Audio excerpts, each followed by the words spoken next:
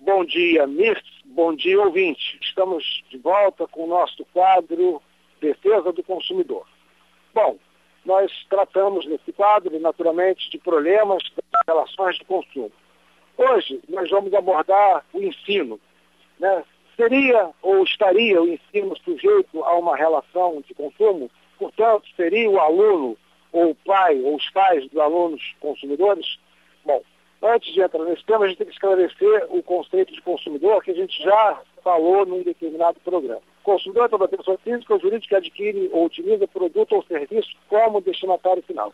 E, evidentemente, né, aluno atende este requisito como destinatário final. Porque quando uma pessoa procura uma escola, ela está na fase de formação. Então, é um requisito da pessoa humana. Evidentemente, isso basta para que caracterize uma relação de consumo. Desde que este aluno esteja numa instituição privada. Portanto, tem um contrato. O aluno de ensino público, ele não é um consumidor, porque quem patrocina, quem banca, né, o ensino dele é toda a sociedade. Então, ele não tem uma relação contratual. E sim, uma prestação de serviço público estaria fora do Código de Defesa do Consumidor. Mas os alunos das escolas particulares, do ensino privado, estes sim, inequivocamente são consumidores. E aí nós temos um problema, né? Que tipo de direito específico nós teríamos para esse consumidor chamado aluno? Bom, é claro que ele está em fase de formação, portanto, enriquecimento da sua personalidade, que são direitos protegidos, amparados pela própria Constituição, num dispositivo que cuida dos direitos fundamentais. Usando uma expressão do ex-ministro Magri, poderíamos dizer que esse direito, né, da dignidade da pessoa humana, esses direitos fundamentais são tão fortes que eles são considerados imexíveis na Constituição. Ou seja, as duas casas, né, lá do Congresso Nacional reunidas, não, se votasse de forma unânime, não poderiam modificar esses direitos que estão assegurados como direitos fundamentais. Nós só teríamos um jeito de alterar esses direitos fundamentais. Outra Assembleia Nacional Constituinte. Mas me parece que não temos a menor disposição para fazer outra Constituição. Essa Constituição é democrática, é cidadã e atende às nossas demandas sociais. Portanto, né, esse aluno que está em fase de formação tem que ser tratado de forma diferente na relação de consumo. Por exemplo, o aluno que está inadimplente. Poderia a escola romper o contrato com ele? Não. A escola, independentemente do aluno estar inadimplente, tem que prosseguir naquele período letivo. Bom, o que é período letivo? Nós temos duas possibilidades de período letivo. Né? Na primeira fase lá de formação, primeiro e segundo grau, normalmente o período letivo corresponde a um ano letivo. E no ensino universitário, nós temos os chamados créditos, o período letivo é semestral. Portanto, nós temos duas possibilidades, ano ou semestre letivo. Bom, então naquele período letivo, seja ele ano ou semestre, o aluno inadimplente não pode sofrer nenhum tipo de cerceamento no curso do período letivo. Se ele está inadimplente, ele não pode ser impedido, por exemplo, de fazer prova.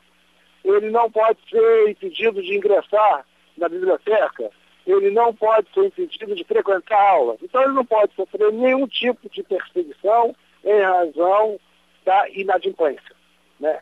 E ele, evidentemente, também não poderá sofrer nenhum tipo de constrangimento em razão da inadimplência. Não poderá ser cobrado em sala de aula, aquelas situações vexatórias, constrangedoras. Muito bem. Esse aluno inadimplente, ele não tem direito de renovar o próximo período letivo. Porque se ele está inadimplente naquele período, aí acabou o período letivo, evidentemente, provavelmente a instituição não vai, né, renovar o contrato com esse aluno inadimplente. E é aí, neste momento, direito da instituição de ensino não renovar o contrato com o aluno inadimplente. Muito bem.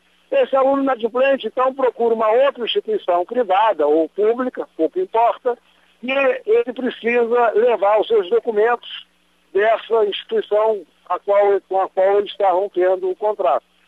Essa instituição não poderá fazer nenhum tipo de retenção de documento para que esse aluno prossiga seus estudos, porque senão teremos aí uma situação muito constrangedora. Então é ilícito o estabelecimento reter, né, negar documentos, certidões, declarações, histórico ao aluno que mudou de instituição.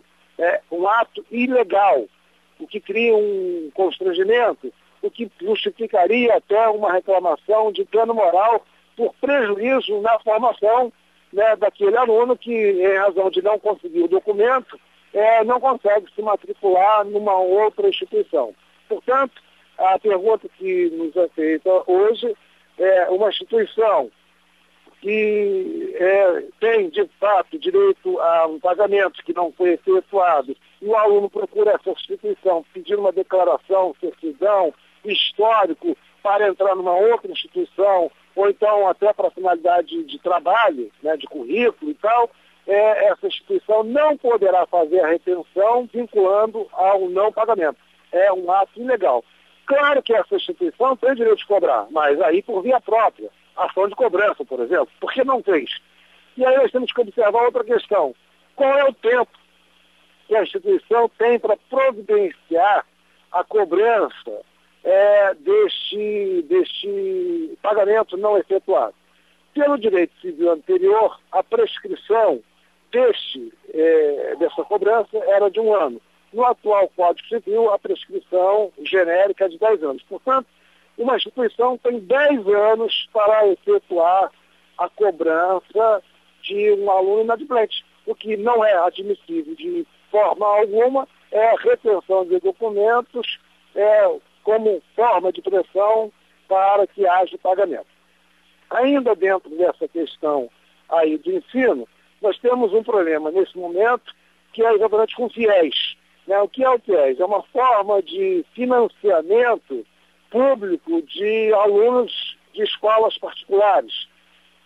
A questão que nós temos aí, neste momento, envolvendo inclusive com a defesa do consumidor, é a seguinte: muitos alunos, né, que submeteram as condições de FIES junto à Caixa Econômica, conseguiram iniciar os seus estudos com um contrato de financiamento junto à Caixa Econômica sem fiador. E agora, né, a Caixa Econômica, no curso desse contrato, tem exigido desses alunos, sob pena de não renovar o financiamento, fiador. E muitos alunos, um número considerável de alunos, não estão conseguindo oferecer a garantia chamada fiador, motivo pelo qual a Caixa Econômica tem dito e tem até rompido alguns contratos de financiamentos com alunos.